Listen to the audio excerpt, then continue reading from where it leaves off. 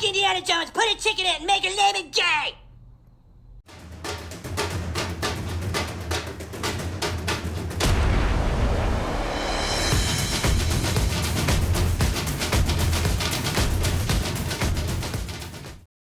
Welcome back to the channel, everyone. This is the Reluctant Gringo back again with another video. We all have bad weeks every now and again and think to ourselves, it'll never get better. And this is how Bob Iger, Kathleen Kennedy, and Kevin Feige and the rest of the Disney leadership team must feel right about now. So let's look at the week that was for Disney. First, Snow White got canceled and their star Rachelzegler is set to deliver another box office flop. Now let's not get lost in the wording. Snow White was officially pushed back a year. Do people really think that Disney is going to reshoot most of the movie? Production has already cost them about $200 million or more. This would add at least another $100 million to the budget at a minimum. Then add in the marketing budget. This would task the film with making at least $800 million, if not $1 billion, just to break even. No.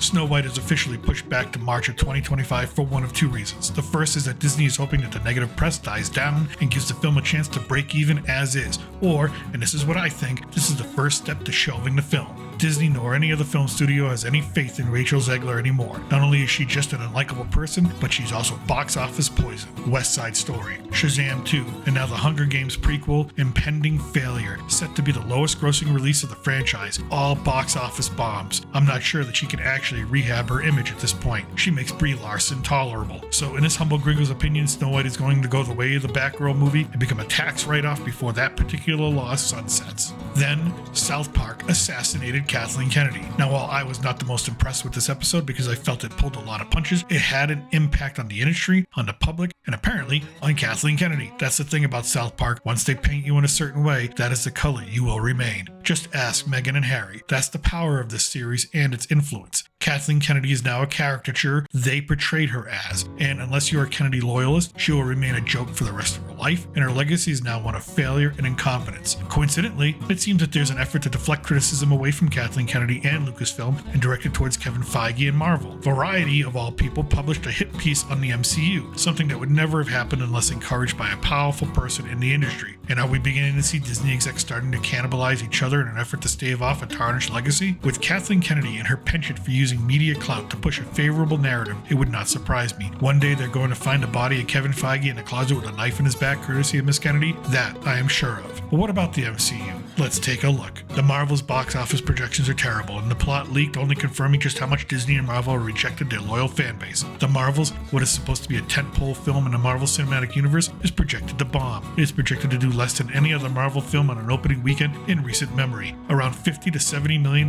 give or take a few million here or there, and that will be a disaster. This $300 million movie will lose hundreds of millions of dollars. Is this a surprise to anyone outside of the House of Mouse? No one likes Brie Larson or Captain Marvel. No one cares about Monica Rambeau. No one watched or cared about Miss Marvel, unless they were a 12-year-old girl. So of course this movie was going to fail. Now the plot leaked and we found out there's a matriarchal planet where you sing to be heard, and yes, that's right, the Marvels is part of musical. Herds of cats are essential to the plot, not lions, not tigers, not cougars, but house cats. So much so they got their own movie poster. Now Disney is trying to bait and switch through clever marketing, tying the original Endgame narrative and Thanos to this movie, even though there's nothing actually connecting them. Disney figures you fell for it once, being told years ago that Captain Marvel was necessary backstory for Endgame, and they're betting that you'll fall for it again. But we are smarter fans now. And fool me once, shame on you. Fool me twice, shame on me. And I won't be fooled again. And in this last-ditch effort to boost sales, there are rumors about everyone cameoing in the end credits scene, from Deadpool to Beast to Rogue to fucking Mickey Mouse. It's just too little too late. Tempting audiences with a cool 30-second end credit scene is like rearranging the deck chairs on the Titanic after the iceberg hit. You're still gonna drown.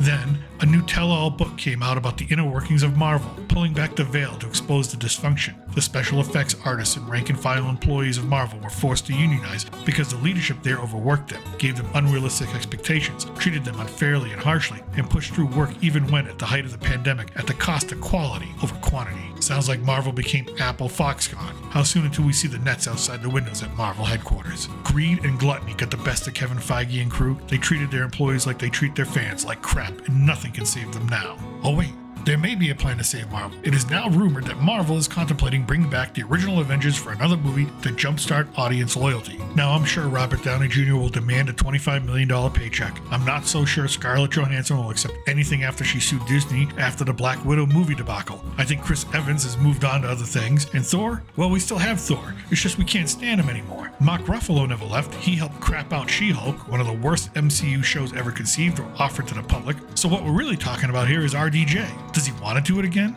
He'll probably be nominated for an Oscar for his role in Oppenheimer and will work on padding his legacy with roles that are more serious, artistic, and fulfilling than Iron Man. So this is a long shot and a telling desperate move by a desperate and creatively bankrupt studio. Maybe the X-Men are the answer. But really, if Disney can't do the right thing with Star Wars, Marvel, or Indiana Jones, are you really ignorant or naive enough to believe that they'll get this one right? I once compared being a Disney fan to being in an abusive relationship. Disney keeps telling us things will be different this time around, only to give us another black eye and fat lip for not laughing at their jokes. So no, it won't be different. The X-Men are just the next IP slated for sacrifice on the altar of woke and identity politics. They are dead men walking. And we haven't even touched upon Disney Plus and how badly it's failing to give Disney any wins, or the multi-billion-dollar quagmire that is Disney Hulu, or the ESPN partnership sharing plan, or park attendance, or the overall stock price death spiral. But let's face it, if I was to sit here and list every failure of Disney's from the past week or so, I'd be here for another 2 hours. The bottom line is this: you are watching the death rattle of a once dominant media and entertainment company. But make no mistake, it was predicted, it was diagnosed, it was called out, every one of the decisions that led to this point, and time can be traced back to the identity politics and social engineering that was injected into the company's decision-making process years ago.